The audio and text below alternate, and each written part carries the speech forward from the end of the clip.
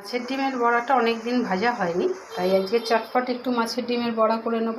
এখন প্রচুর বাজারে মাছের ডিম পাওয়া যাচ্ছে, তাই মাছের ডিমটা প্রথমে কাঁটা চামচ দিয়ে একটু নরম করে নিয়েছি, গেঁথে গেঁথে দিয়ে ওর মধ্যে পেঁয়াজ কুচি, আদা কুচি, অল্প একটু রসুন কুচি দিয়েছি, 2 চামচ বেসন দিয়েছি, 1 চামচ কালো জিরে, অল্প একটু খাবার সোডা, অল্প একটু পাউডার, বেকিং পাউডার দিয়ে দিলাম।